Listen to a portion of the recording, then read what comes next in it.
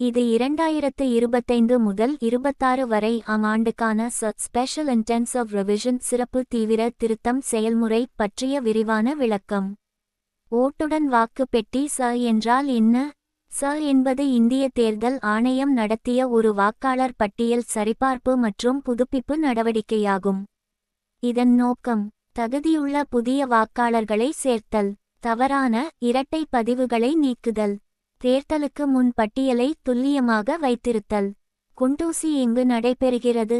இது 12 மாநிலங்கள் மற்றும் 6 யூனியன் பிரதேசங்களில் நடைபெறுகிறது.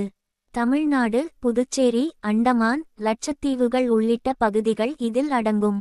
ரசீது செயல்முறை கட்டங்கள். 1. பழைய வாக்காளர் பட்டியல்களை உறுதிப்படுத்துதல். 2.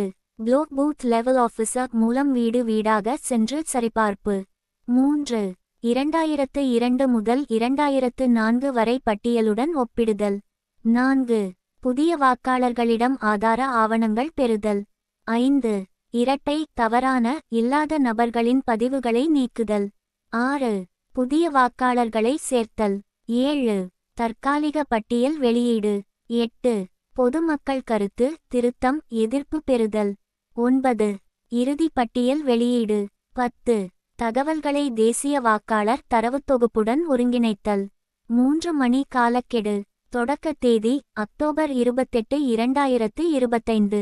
முடிவு தேதி பிப்ரவரி 7, 2026.